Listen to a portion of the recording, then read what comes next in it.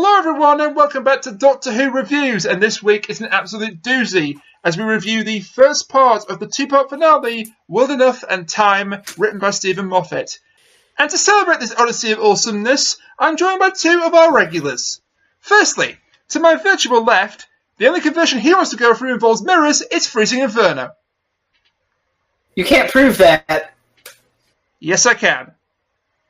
You can't prove that. And to my virtual right, her milkshake duck brings all the boys to the yard, it's Kat. Yeah. Topical! You son of a bitch. I had to.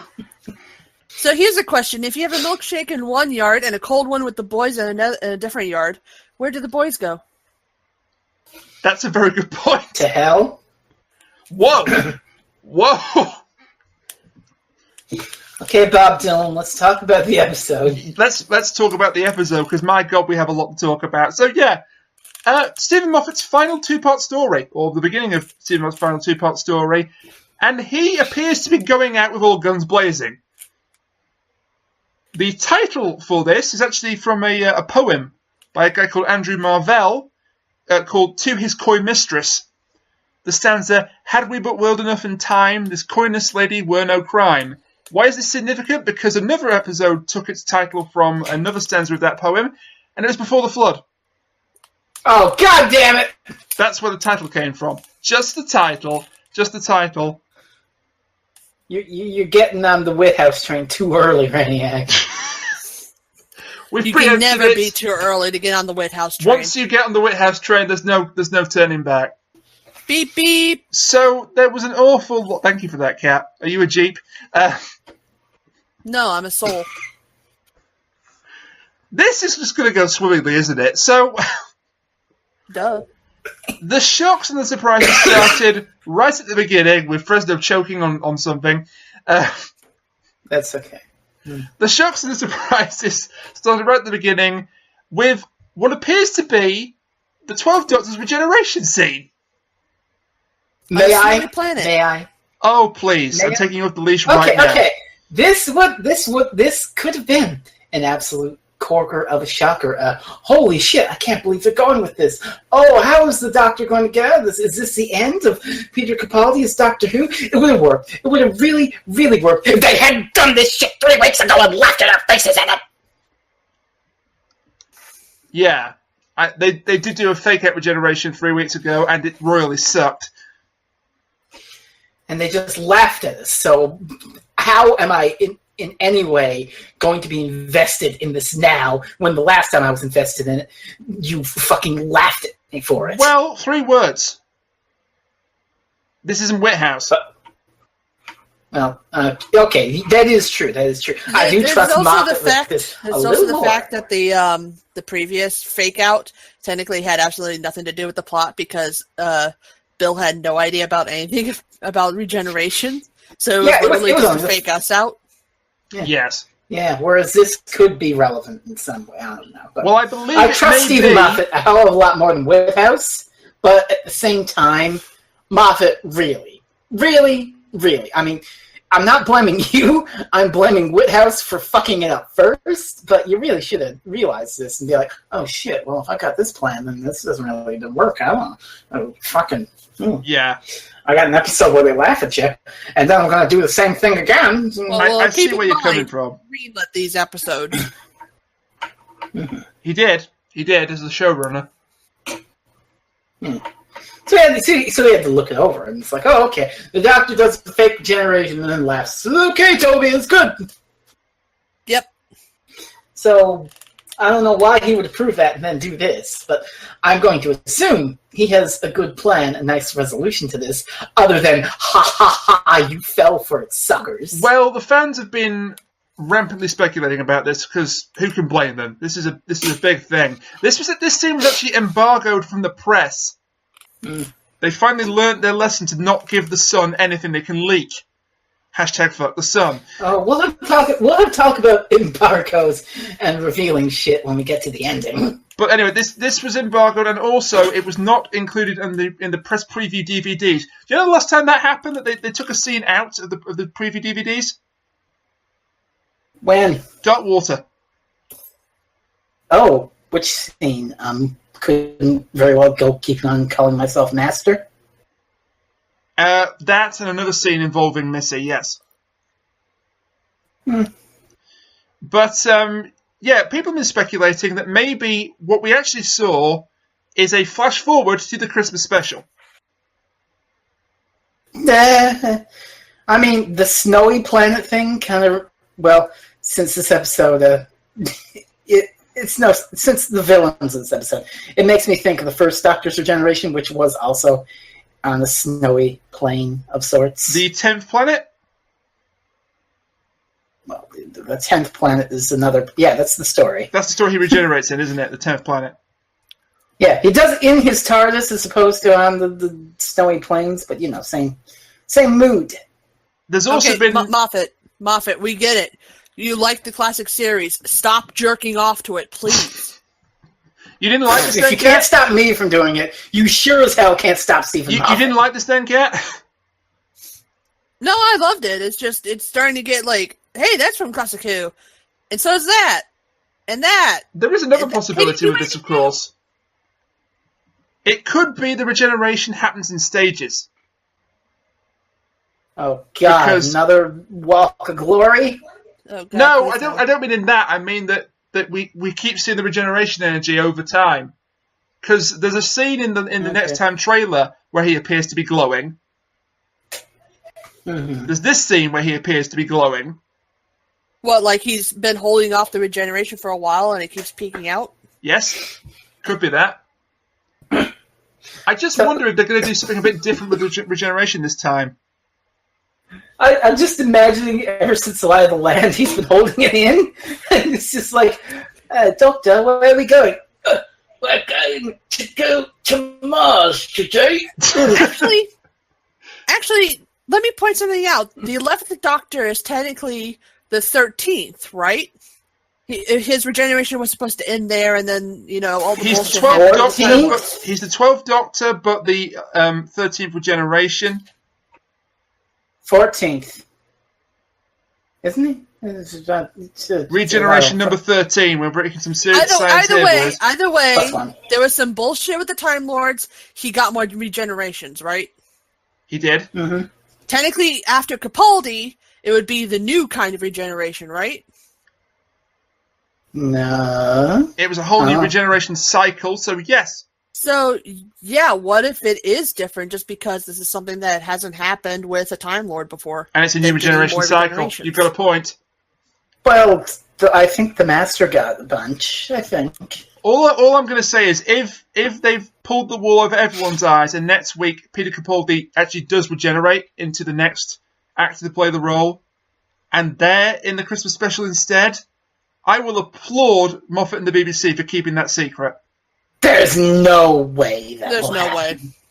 I don't even know if they love their hype building. I don't know if they filmed the Christmas special or if they filmed parts of the Christmas special, or if it's still to film. I don't know, but I would love to think they've been able to keep something huge back from us. Yeah, I don't have your optimism. And having said that, I fully suspect they'll announce who the next Doctor is in the next few weeks. Yeah. Day after this podcast goes up. Hey, look who it is. Literally 2 seconds after we stop recording, they put up the message as to who's going to be the next Doctor. It's kind of like how when I was writing up That basically happened. We had a thing planned to say, "Oh, Matt Smith is remaining as the Doctor," and as we're going to record that, we had to postpone it, and it came on the news. Matt Smith is quitting as the Doctor. God damn it! This is kind of like when I wrote about Pyramid at the End of the World, and I was like, oh, well, if the next episode's in good hands, then it should be a nice follow-up. And like 2 seconds later, I found out it was still be fucking with us. But anyway, cold open. It may lead to something great next week. It may lead to something in the Christmas special. We'll just have to wait and see. Something that we know was great right away, though, at the beginning, was what I'm dubbing Missy Who. Yes. Missy pretending to be the Doctor. This didn't last too long, but what we did get... Hang on. My goodness. Oh, Doctor Who review mirror alert. Missy is mirroring Doctor Who with being Doctor Who.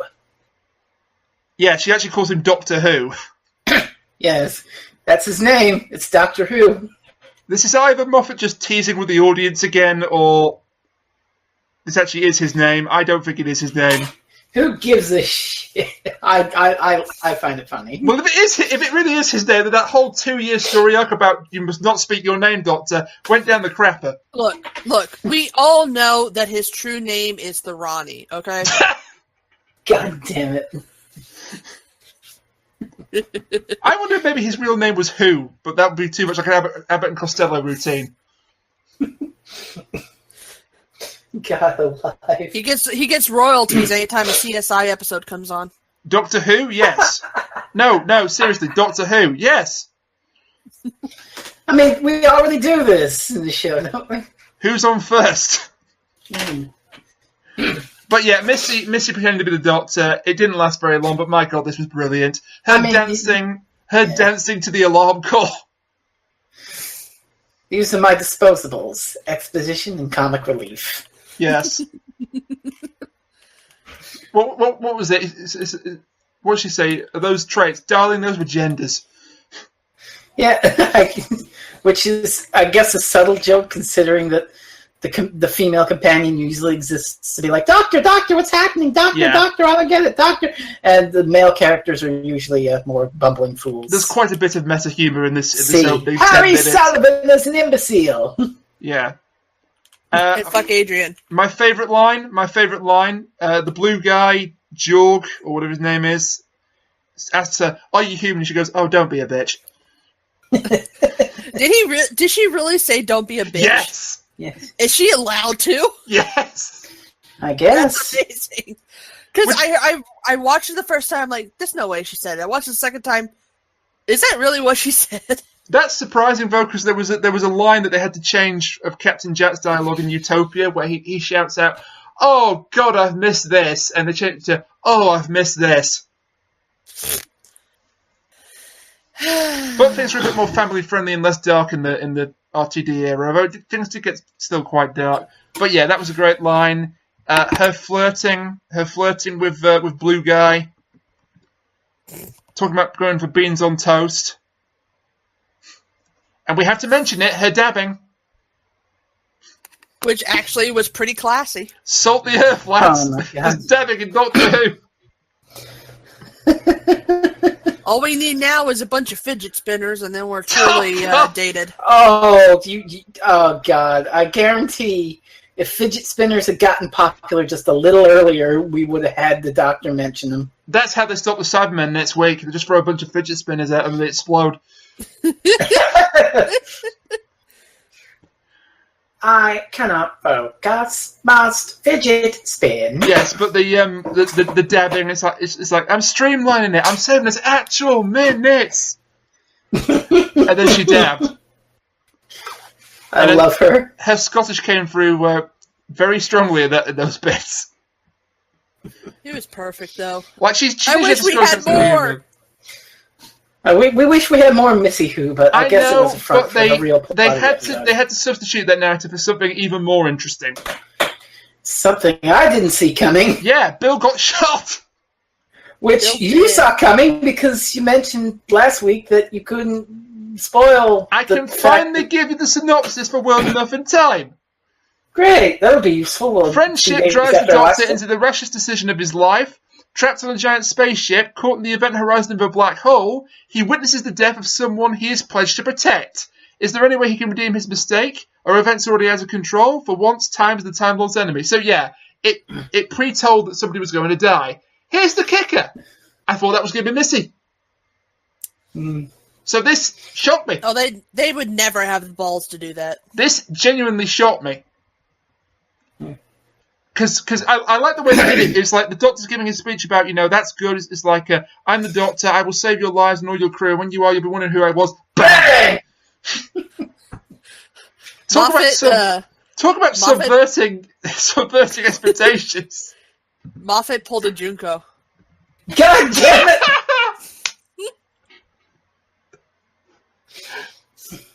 Hey! This makes it 3 episodes in a row where Bill and a hole are in the same scene. I hate this. I can't believe too soon. Well, to be fair, she has a preference for holes, so... Yes. She just didn't expect to be in her this time. Oh, God. Oh, that's classic, that is. Oh.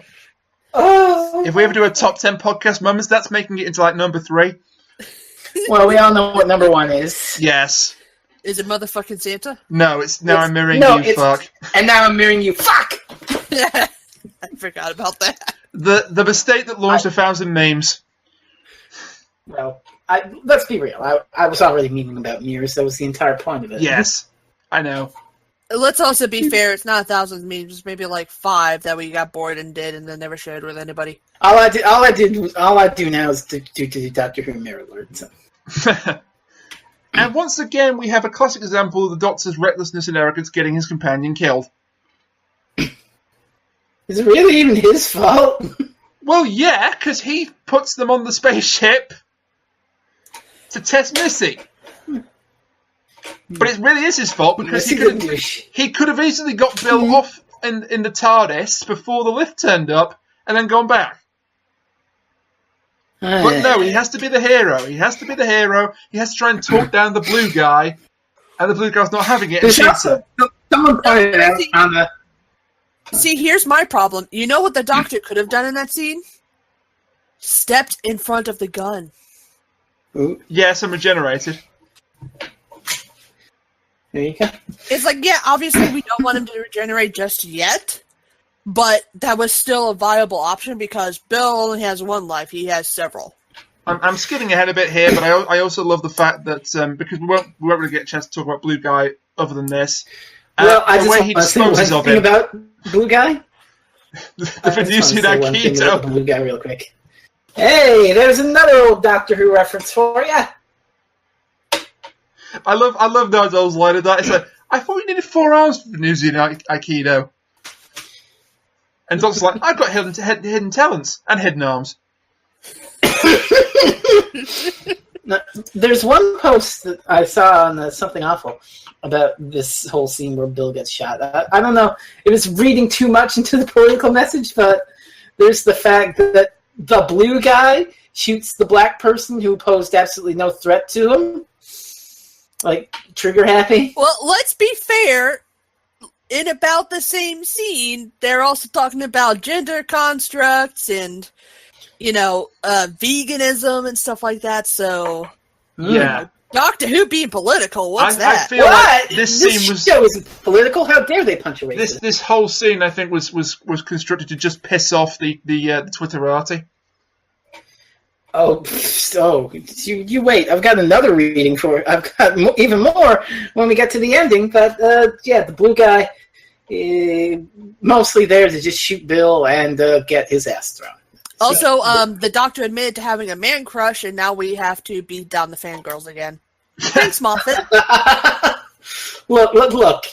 Any fangirl worth their salt who watched the classic era has done a shitload of shipping for the 5th Doctor era. Trust me. Yeah. On the other hand, I now have plenty of energy for my fangirl-powered cannon. The sad thing is I know what you're talking about. Frizz gets that reference, and it hurts him even better. But you mentioned that whole conversation.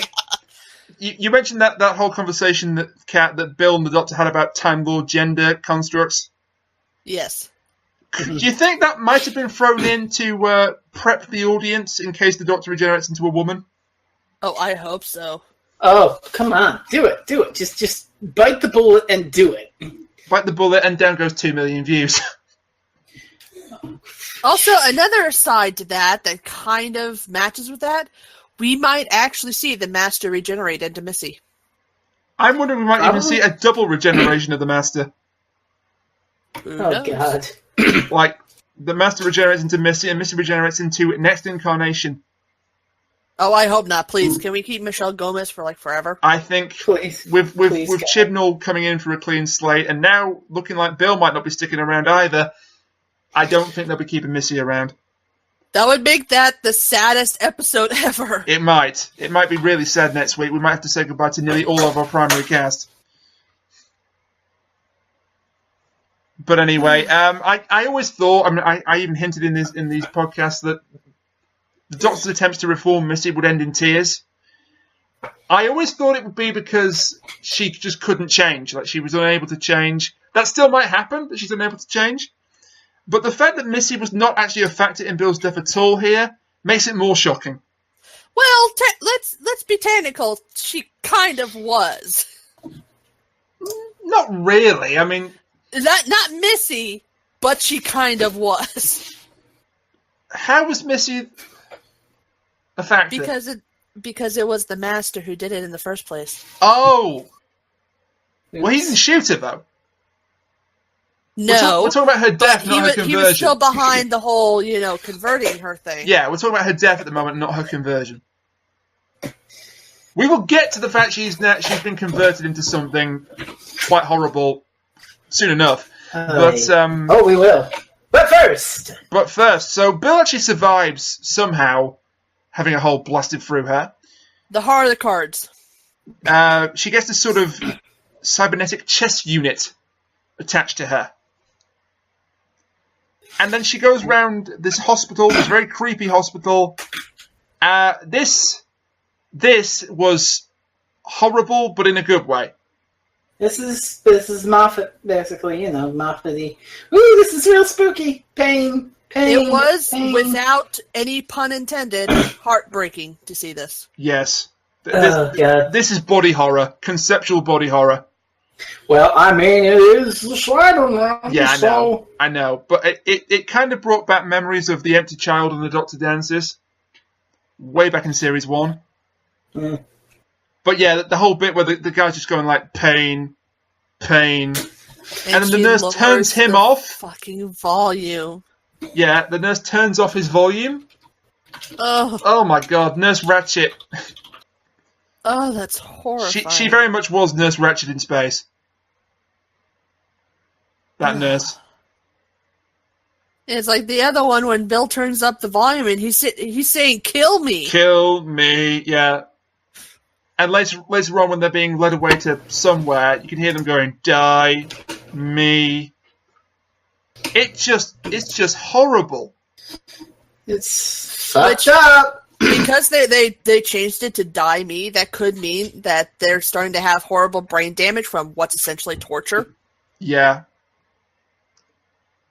Well, I mean, they're being converted little by little into Cybermen, and that's... Yeah, but Cybermen still have that mechanical component that makes them, somewhat intelligent. Yeah. This could literally be their brain breaking down from the sheer torture of it all. It could well be that. It could well be that. But yeah, this part of the episode was horrible, but in the good way. If that makes any sense. Yeah. It was very, very, very well done. In fact, I think the entire episode was very, very well done. But this in particular, it was creepy. It was atmospheric. It was heartbreaking. And it introduced us to who we thought was a new character. Oh, I love Razor. The eccentric Razor, yes. He was, I mean, even when he's still so good. I wasn't at all sure what was going on with this guy, even knowing what we knew, right? I had no idea. It never occurred to me until about 5 minutes towards the end on the first viewing who this guy really was. Until he talks to Missy. You have no fucking idea. Well, that's when you're supposed to realise, hang on a minute, is this who I think it is? And then you're just like, oh my god, no. It's like, just think about this. We know who he is. Can I say who he is? You're not like building up to anything special? No, you can say it's who it is. Okay, so this guy is the Master. And he's doing some sort of plot with the Cybermen. He spends literal years with Bill. He knows how to play the long game. Getting to know her. The Master is no stranger to playing a long game. Yeah, but he's getting to know her. They're like, bonding and shit. This is diabolical. Oh yes, the whole bit where he's like, "You are dear to me. You are my dearest person." This is different from just becoming the prime fucking minister, because anybody with no soul can do that. That's a brilliant way, by the way, to explain why he needed the disguise in the first place. Yes. But it's like, holy shit, just all of the thought and planning and the acting that had to go into, essentially bonding with Bill. I have to give Sim all the credit in the world here because I didn't realise it was him until the last 5 minutes. And I think that's credit to the prosthetic, but also his acting. I will say, second watching, I was looking very carefully at his face, and you can see a hint of him there. Yeah, you but can. It's not completely obvious. You can, and also when he says the line "very fast bottom," he says it in his usual voice. But I didn't catch that on first watch because I wasn't. I was invested in. I was just watching the story. I was just engrossed in the story. And it's like you can see the signs, but they're so well done that you don't realize it. It's subconscious. Not at all. Not at all. It was a very very good disguise for him. What Doctor Who doing subtlety? That's amazing. And he had some really good lines. They were funny, but ultimately they were tragic. Of course, knowing we now know about him and what he was actually doing. The bit about when you hug me, it hurts my heart. And then he says, "No, your chest unit, it digs right in." He did look a bit like Fagin from Oliver Twist. Oh God! I kind of expected him to break into "You've got to pick a pocket or two at any second," but apart from that, this was a really good disguise. Anyway, this is actually the main plot of the episode here, which was a bit of a bait and switch. We expected it to be all Missy Who and stuff, but it was actually about Bill and Razor. Yeah, the Doctor is barely in this one, really. To be fair, it was still technically about Missy, just not about Missy. Well, no, it was about, Phil Sanford did a nice little way of differentiating between them. There's Missy, and then there's Harold. Yeah. I've been calling him the Semaster. Well, you bring up a good point there, because it's like they want you to treat these two as two separate characters. Which really they are. They sort of are, yes. They're two different personalities of the same person. It's like, in the grand scheme of things, every Doctor is different. Every Doctor, brings something different into the role, but they're all still the Doctor. Oh, another thing I picked up on second watch, by the way, that was really clever is, and you're going to have to get the fanfare going again, because I'm talking about the music, but... Wait, let me get my alcohol. I thought you were talking. I thought you were going to mention something about mirrors. No, that's why I said the music. You said the fanfare. I thought you meant the Doctor Who mirror alert. Oh, I'll do it then. I'm talking about the music alert. Murray Gold. Murray Gold includes little musical clues to Razor's real identity throughout the score. There are little bits of music from his previous appearances, the Master's previous appearances, as John Simmons the Master. And that's a really nice touch. All right, I'm just going to start chugging alcohol now, so... He's done this. He's done this before, most notably in Dark Water, when that wonderful cue with the Cyberman door. Do you remember that back in Series 8? Yeah, that was great. Well, he included bits of the Master's themes in the score, and I love that. And God, I'm going to miss when Murray Gold. Even when Murray Gold decides to stop doing music for this show, it's going to be a very sad day for me. He just knows what he's doing. Yeah, because then you won't have anything to talk about anymore. Wait, shit! Is Chris Chibnall still going to include mirror imagery? I'm going to petition him to not. I'm going to write to him and ask him to put you out of a job. They're going to go into all of the previous episodes and take out any mirrors whatsoever. And I'm sure he's going to listen to a complete random stranger who does a podcast he's never heard of. I'm sure that's going to happen.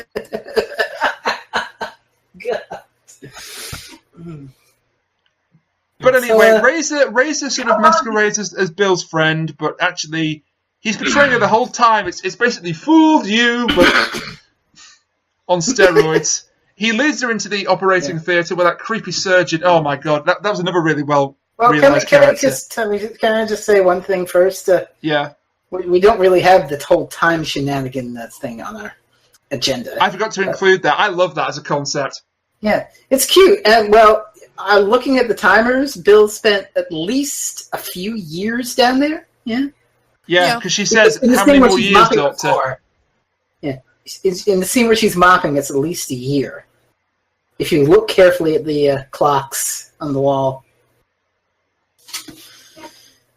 Because it's like 365060 when she gets there, and 365433 when she's mopping. Yes, and of course, the reason why all those creatures suddenly sprang up on the ship is because they were the descendants of the original crew. Yeah. So this has been taking place for, we think, hundreds of years, maybe even thousands of years, before the Doctor... A thousand, yeah. Before the Doctor and his Seems companions like get there. years. Before the Doctor and company get there. Which, if I can say, the little scene switches from, the Doctor explaining what's going on to Bill experiencing what's going on, I thought that was just an amazing piece of work here. And more great dialogue from Razor. It's great. He's been raising... The one thing that I realized about that is that the Doctor explaining the plot to Missy, Nardole, and the Blue Man, instead of just going straight down to the elevator, his explaining is literally costing Bill years. Yes. Yep. His explanation, again, maybe not his arrogance, but oh shit. The Doctor's tendency to slip back into old habits literally cost his companion his life.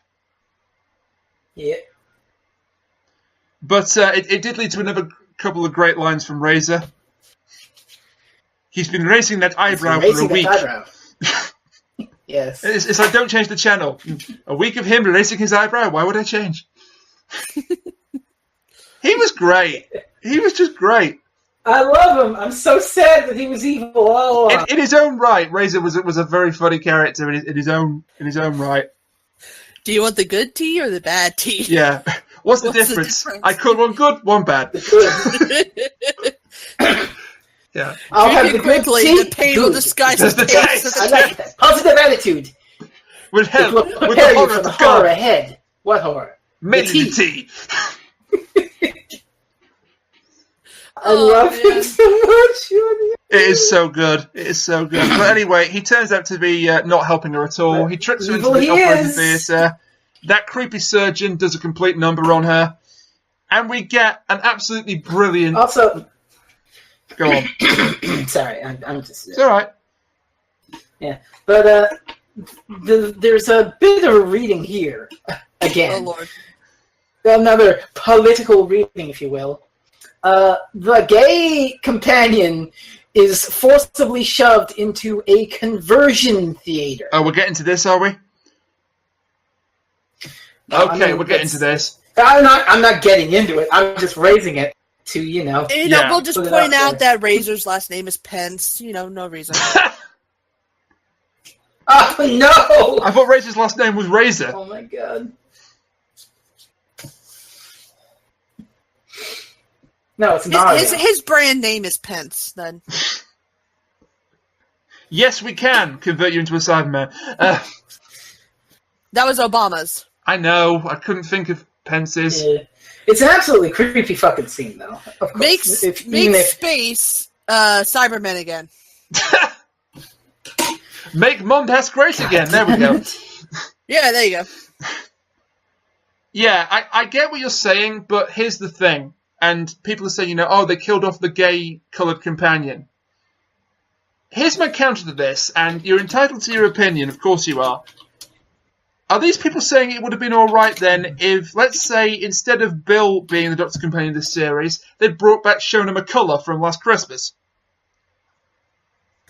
And she gets a whole shot through her. We kind of had this argument. Yeah, but would it have been okay because she wasn't it would be sad.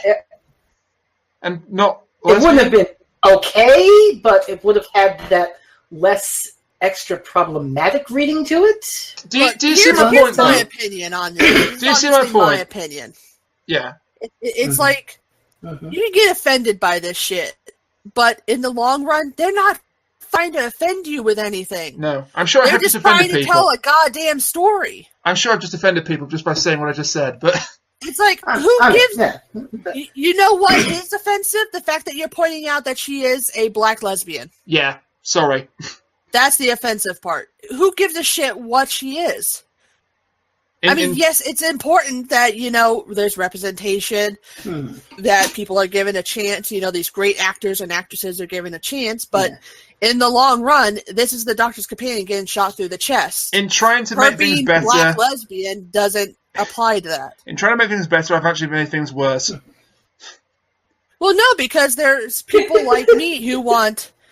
And this is the last thing I'm going to say about this, I promise. There's people like me who want, gay people in the media to not be, oh, I'm gay, I'm flamboyant, my gayness is my whole story. And then they turn around and they do this, where it's like, oh, so she's gay and she got shot? Well then. Yeah. And that's the last I'll say about it. Yeah, I'm just going to quickly switch the subject. That surgeon was creepy as. Holy shit, yeah. I didn't get... Well... Well, I mean, I haven't really weighed in on that thing to pull the button. I mean, I'm just trying to compose my thoughts here. I mean, I get why someone would find it unfortunate, and it is a little unfortunate. It does not harm my personal investment with the episode. There you go. I just hope Bill gets out because I like her, and I don't want her to die, and I don't want an extra black mark against Doctor Who because... Well, a lot of media is, it does have to be said, it is a bit unfortunate regarding killing off gay and black people in media. So, yes, and that it would be unfortunate if they did that. It would. It's a problem. I will... I'm gonna upset more people when we get to this, but when we get to the whole... And we're almost there, but when we get to the whole end of the episode, I will talk about that a little bit more at length, but I thought we were at the end of the episode. We're talking about Bill. Let's talk about that fantastic reveal, that fantastic double reveal. Yeah, okay, let's finish this up by putting it this way: they hired the best actress they felt would be part of that job. They wrote the story not based on the actress who would be in that job. Yes. So they did not mean anything by what happened in this story. Perfect. Draw a line on some people did take something from it. Yes. Perfect. That's all. Perfect. But I am sympathetic to people who find this yes, I honestly understand there are going to be people who find this unfortunate, who don't like what's being represented, but we have to remember that it's not always meant. I understand it too. Days ahead. I completely understand it, and in some respects I sympathise with them. I'm not trying to actively mock them. I'm just saying I don't think that let's kill off the black... Let's kill off Bill because of who she is was in Moffat's mind when he wrote that scene. It's like, yes, there are some people who that is in their mind. We highly doubt this is the case. I agree. That wasn't... Yeah. Okay. I agree. That was not what Moffat was planning. Yeah. I don't think that's what Moffat was planning, but that reading of it, unfortunately, comes to light given the circumstance. Yeah. And, well, it is kind of a valid reading, and if it did ruin the episode for you, I sympathize with you, and I'm very sorry. I just find it a little unfortunate, but I still think this was a really good episode. Yeah, and I will say I find it less unfortunate just because of all the stuff that they put before this because of the gender construct talks in the beginning. Can we draw a line on this now and get to that double reveal? Let's draw a line in the sand. It's okay. Let's get to the double reveal. Yeah, this was brilliantly done. This was just God, yes. Brilliantly directed by Rachel. Rachel Talalay, now the American director, has directed the past 3 series finales. Dark Water, Death in Heaven, Heaven Sent and Hellbent, and now this, and the episode to come next week. And my God, this was just done brilliantly. Now, it's not their fault that we knew about the Mondasian Cybermen. It's not their fault that we knew that John Sim was returning as the Master. Both these things were revealed ahead of time. Well, actually, it is their fault by the Mondasian Cybermen. They revealed them 3 months before airing, so that's their fault. They chose to reveal that. They didn't choose to reveal John Sim. Technically revealed. Yeah. They didn't choose to reveal John Sim. Oh. That was the work of the Sun, who had... The press had the Sim revealed to them and said, please don't leak this to your audience, and the Sun promptly leaked it to their audience. # fuck the Sun. Now, we're not saying literally fuck the Sun, we're saying just fuck the Sun. The newspaper, the Sun, yeah. Please do not fuck the Sun. The sequel to Kill the Moon. You might get a few chafing, you might get some chafing into # fuck the Sun, but... Some peeling, some sunburns, third-degree burns over your entire body, and then you disintegrate it down. I'm going to say some instant vaporization, but, yeah. Don't take that literally. I mean, yeah, okay, so it is unfortunate that all this shit leaked, given that the episode is building up to it as a surprise when the trailer was all like, oh, well, that's in Cyberman, also John Cena's back, yay! But they did leave that one surprise for us. And having said that, by the way, it's a shame that Moffat basically built the episode up to a reveal to a pair of reveals we already knew were coming. But I love the way with the Cybermen, they show you little bits going through the episode. So they show the robotic voice coming from the patients. That's a hint. Then the cloth over their heads. Then they go to the operating theatre and Razor goes, "Oh, I like the hat." And the handles. Oh my God! Oh. So we finally have an explanation for the headpiece on Cybermen's heads, and it's horrifying. Yeah. That's terrible. This won't stop the pain, but it will stop you caring about it. God. This guy is the worst doctor. Just the worst doctor to find yourself being operated on by. It's almost like BioShock, but clean. It's so terrifying. I think the guy that stands behind like street lamps going pap smear is better than this surgeon. Jack the Ripper is better than the surgeon. Well, that's debatable. No, it fucking isn't.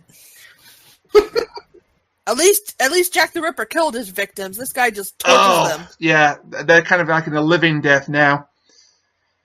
And then, anyway, the doctor goes into the room and we see the boots. Then we see the flashing chest piece on the Cyberman. And then the full reveal comes out. And oh my God, it looks fantastic. I was so worried. Yeah, it's that design. I was so worried. And they even had their old stupid fucking voice from 50 This years design ago, would too. not translate well to the modern era at all.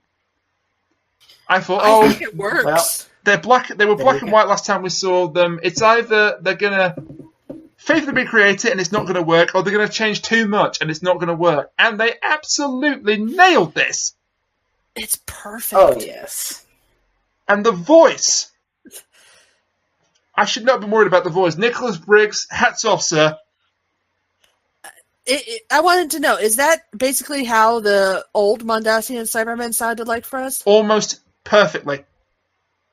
I think part of the creepiness of it came from that whole scene with the one guy going, pain, pain, pain over and over. Yeah.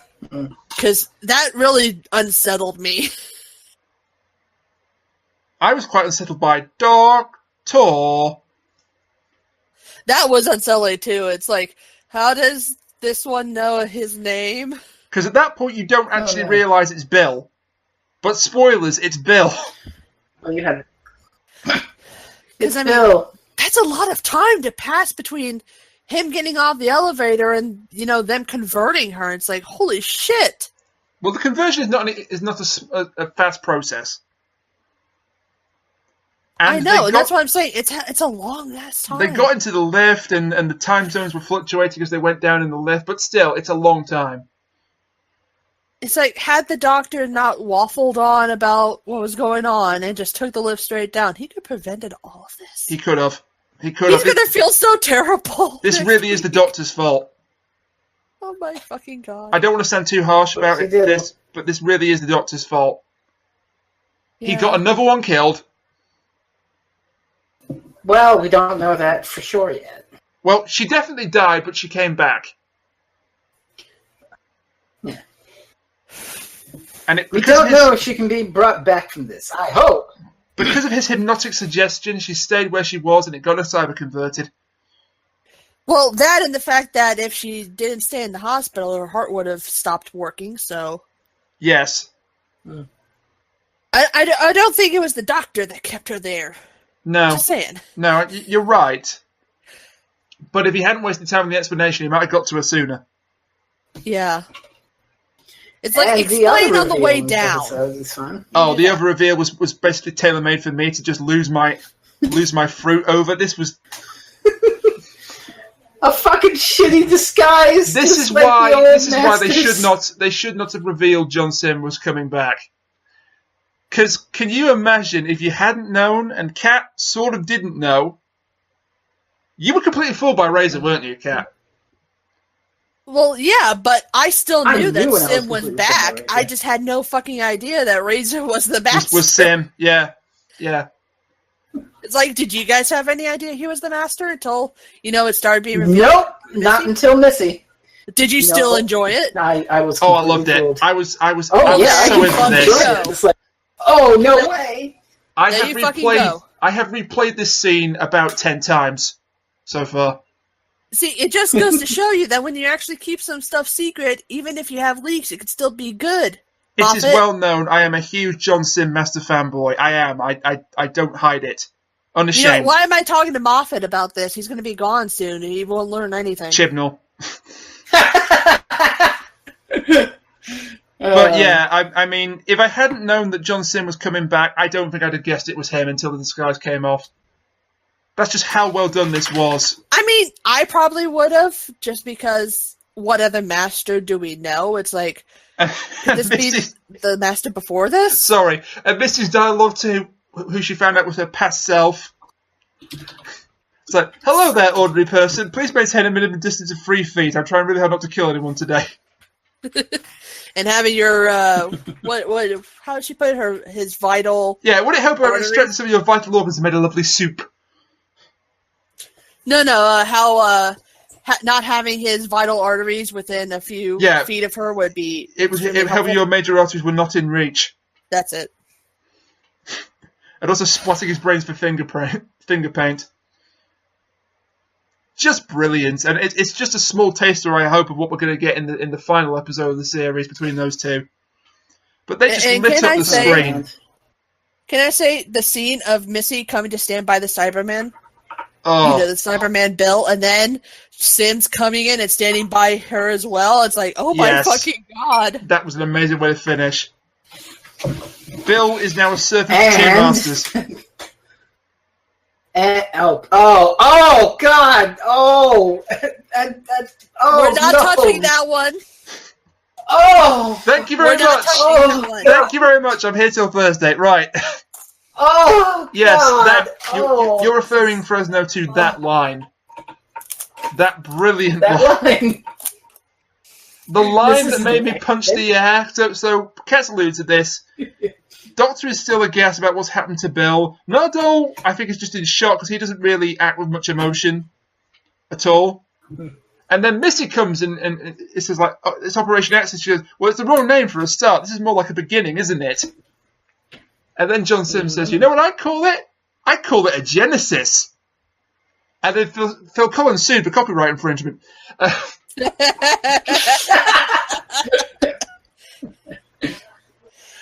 And then God came in and said, bitch, what are you talking about? And then specifically, the Genesis of the Cybermen. And I punched the air. Hey! I have to wonder if this was an alternate title for the episode. I wouldn't be surprised. And they scrapped it because it gave way too much away. Yeah, any big Doctor Who fan is going to see Genesis of the Cybermen, be like, oh, I know, it's like Genesis of the Cybermen, oh my god! Yeah, and Kat, you've got some interesting information on Genesis of the Cybermen, have you not? Yes, as it turns out, there was actually supposed to be a TV story called Genesis of the Cybermen. I'm not entirely sure which Doctor it was for, though apparently it was later adapted. I'm not entirely sure. It may have been Davison. I don't think actually it was written with a particular Doctor in mind because the companion is just referred to as Felicity. The writer was the co-creator of the Cybermen, Jerry Davis, so that might date it a bit. Yeah.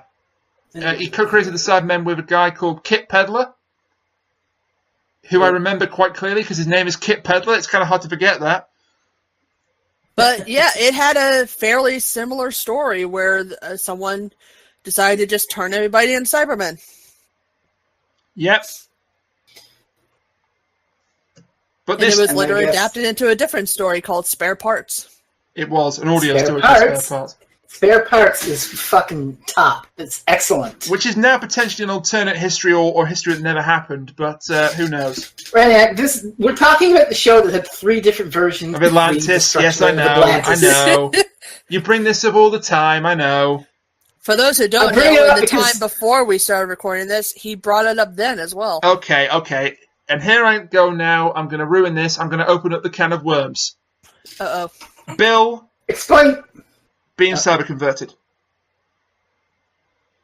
On the one hand... we already did this. On the one hand, I was going to say why I didn't have a problem with this. On the one hand, I like Bill. Okay? I think the character deserves a better way to go out than this. Because this is horrible. By any stretch of the imagination, being converted into a Cyberman and being able to feel everything but not caring about the pain is horrible. On the other hand, as I said previously with Oxygen and Extremis, I am absolutely sick of them doing huge, big, world-changing events and then they never actually happened or they're reversed in the end. So a part of me hopes this sticks. I don't agree. I'm a little more utopian. Oh, very good. No, but really, I just Doctor Who is a show to me about the Doctor beating the odds and doing the impossible and saving the day. And I know I had a big thing when my write-up of Face the Raven, not Face the Raven, Hellbent. And Clara came back about how people were cynical, just like every once in a while we're owed. And I'm kind of retracting that because the very next time they threaten the companion to death, I'm like, no, you know what? No, Doctor Who can do better than this. No. The Doctor can do better than this. So I am in the camp of hoping to God that she gets better. I mean, if she doesn't, the episode will probably still be fantastic, I'm sure, but it'll be that much more fantastic if Bill lives and they do undo this. Because I just don't, I don't share that agreement with you on the whole, I don't like it when they undo shit. And that's fine, because we're allowed to have different opinions. And I'm going to take a page out of Rainiac's book and be a centralist and say I'm fine with either. A centralist? Oh, God damn it, she's mirroring me, making fun of you. Centrist. Centrist, Kat. Centrist. I have no strong feeling about this either way. If I don't survive this, tell my wife hello. You have a wife? Yeah, we're quoting Futurama together. Yeah. Your neutralness, it's a beige alert. My favorite YouTube video is still the one of that quote, and the like-dislike bar is firmly divided right down the middle. Yes. That is beautiful. Well done, YouTube. I won't praise you for much, but I'll praise you for that. This review has been removed from YouTube for violating community guidelines. It's okay, we're not monetized. Oh, please, if they actually gave us shit, we would have been removed long We're not popular ago. enough to be monetized, Fresno, it's fine. They only take great things if they're actually being monetized. So, yeah, I do see where you're coming from. And I think I see where you're coming from. If they do give Bill a more happy ending, okay. It won't ruin things for me. It won't drag this down. Then. Would you be okay with a happy ending, but she still has the consequences of having to live with certain bionic parts? That would be the absolute perfect way to do it. That's honestly what I'm expecting if they partial cyber conversion, but not fully. Would you be happy with that, though, as a sort of pseudo? I'll roll with it. Yeah, it's a bit of a cop out, but I would take it. Wow, it's almost like being firmly in the center might sometimes be a good thing. I know, Kat. Why do you think I try to adopt that grammar reversible? And you mock me. You, sir, have the audacity to mock me for my centrist views. This now is just going to be 5 comments of people mocking me for my centrist views. Now I've said that. I still like the word centralist better. Yes. It sounds better. It sounds like a faction in Star Wars, but... Yeah. Well, you can be there. You can be there at the centrist, but I can be part of the Doctor Who leftist progressive globalist agenda, who has the real power over the show. There is technically that faction in Star Wars where it's between the Jedi and the Sith, so... Yes. To be fair, totally... Fresno, I do introduce this podcast whenever you're on it with the words, to my virtual left, so... I didn't realize you always did left for this. That's why I do left for you every time you're here. Oh, wait, why am I on the right? Because the opposite of left is right. Make Doctor Who reviews great again. We made that joke with Mondas. Stop. Okay, let's wrap this up. We should wrap this up. Yeah, we should wrap this up. I think I know what you're all going to say. But let's go with overall thoughts of World Enough and Time, and we'll start with Freezing Inferno. Okay, I really liked this episode. It does kind of echo. I'm not going to say here, but I'll just say here. It does kind of echo Dark Water in a lot of ways. Cyberman and the Master and Companion and the supporting character getting absolutely fucked and becoming a Cyberman. It has a lot of that DNA in it, but it also stands on its own legs with the extended bits with Bill and Razor, which are pretty great. It's a bit more slow-paced than usual, but I dig it. So this is a fun enough episode. I don't know where it's going to go in the end, but I think it'll stand as a favorite. I don't know if it'll be in top 3. It might not. We'll have to see. It all depends on the next episode. But overall, I was satisfied with it, and I do hope that Bill is okay. Okay, Kat? I liked it, and I have only one thing to say. Moffat, if you fuck this up for us, like fucking Whithouse did, I will find your home, I will take a shit on your porch, and then I will light your house on fire. When has Moffat ever fucked up a 2-parter? He allowed Whithouse to write episodes. I said fuck up a 2-parter. When Moffat ever fucked up a 2-parter? Okay, yeah, the woman who lived. What? That was Moffat. Moffat didn't do Woman Who Lived. Yes, he did. Moffat did Woman Who Lived? Hang on. Hang the fuck. To the internet. The girl who died was Matheson, the woman who lived was Moffat. The Woman Who Lived was written by Catherine Tregonant. And Moffat? Oh. I forgot all about her. Well, okay. 2-parter that he messed up. God damn it, I'm drawing a blank here. You're proving my point for me. Yeah, alright, I concede. Thank you. I concede. But yeah, I echo... Anyway, Kat, you're is that all your thoughts? Yes. I echo what Kat says. Also, hang on, he co-wrote the Zygon Inversion. That was it. I knew what he The co-wrote. Zygon Inversion is good, though. Oh, Inversion's good. It's Invasion that screws it up. Invasion is the one that kind of is kind of muted, but Inversion fixes it. Yeah. So he wrote the good part. Okay. What about Magician's Apprentice and Witch's Familiar? It's not as bad. Witch's Familiar was better than Magician's Apprentice, so that still doesn't work. Well, he co-wrote Pyramid at the End of the World, but that doesn't really count because it was Live the Land. That It's okay, Kat, because no, this is making the actual edit. You son of a bitch! No, it will make the edit. I don't mind admitting to my mistakes. My thoughts on World Enough and Time, then, I echo what Kat says. If he screws this up, there'll be hell to pay. For the love of God, Moffat, please don't screw this up. Give us the finale. Your last shot. Give us the finale. Your last chance. Your final finale that we all deserve and you deserve to give us, please. But as for this episode, I thought, as starts finales go, this was near perfect. It was heavy on exposition and heavy on building. It was much lighter on action. I fully suspect the action will be a lot heavier next week. Because that's kind of a standard now for Moffat 2-part finales, isn't it? Like the first part builds it up, and the second part has all the action in it.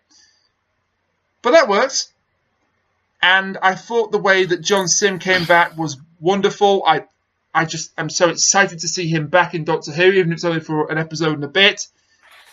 And even if we did have it spoiled for us 3 months ago. And what started as Missy taking the lead on an adventure quickly transitioned to atmospheric body horror, only in Doctor Who, folks. There you go. So yeah, my verdict, This was really, really good. It's in my top 3 for sure. I don't know if it's better than Extremist for me, but it's in my top 3. And I don't think it will leave my top 3 unless the final part of the finale knocks it off. Well, we'll have to see.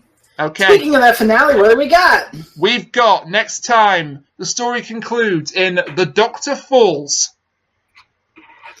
Which, given that Stephen Moffat, you goddamn know that there is some double meaning to that title somewhere. Something big is going down here, surely. It's the technical sequel to Dragonfire, and he's going to fall off the cliffhanger finally.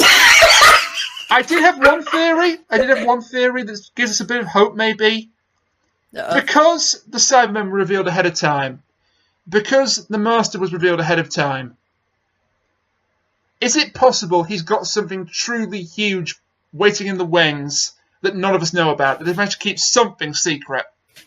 No. And there you go, pouring cold water on that. If they did, I'd be very surprised. By the way, you know what else fell? The length of the synopsis. It's 2 sentences. Oh shit! Are they spoiler free? Completely spoiler free. It's just the Mondasian Cybermen are on the rise. It's time for the Doctor's final battle. It doesn't tell us anything. It's a miracle. It doesn't tell us anything. Thank God. Well, we'll see. But yeah, 5 days. And I have to say, I think if World Enough and Time I hadn't known the big reveals, it would have been even better for me. But it didn't ruin it too much. Yeah, the Cybermen were the only one I feel really ruined because they disguised John Sim well enough. Yeah, but they put the Cybermen. I mean, as soon as you hear those hospital guys talking on their computer when they're taking up Bill, it's like, oh, those are the Cybermen. Okay. I remember how they talk. Yeah. And they did put the Mondasian Cybermen in the trailers. Yep. Again, none of that really bothered me because it was just handled so well in the episode. Oh, yeah. They handled it brilliantly. But yeah, we just want a blockbuster finale that ties up all the loose ends and gives us, this is going to sound selfish, gives us what we want. I want to see... It's your final hurrah, except for the Christmas special, Moffat. I want to see great interplay. There are only 105 minutes of Doctor Who with Peter Capaldi left. Yeah. It's an hour long, this one. It's an hour long. Oh, okay. Then 120 minutes. So I think it's 2 hours. I think the Christmas special is always about an hour or thereabouts. Yeah, I just want this... I want great interplay between John Sim and Michelle Gomez, and I think we'll get it. I want to see the plot come to a satisfactory conclusion. I hope we'll get that. And I want to see some shocks and surprises, damn it, even if they're just small ones. Tune in next week to see what happens to Bill and see which of us is going to be pissed off because they didn't get what they want. Tune in when the Doctor regenerates into Felicia Day. Oh my God! Am I the one that thinks that wouldn't be the worst thing in the world? Probably. I'd be okay with that. That's fine. Again, the internet would just melt. Oh, it would match Felicity being in the genesis of the Cybermen. Oh my God, you went there. Holy shit. Now that's a callback, people. Beautiful. That's dedication. I love it. That would be one hell of a callback if it turns out that they actually knew about this genesis of the Cybermen stuff. But if it actually if the next one really is Felicia Day, she's not English, she's not British, and she's a woman, that's just going to destroy the internet.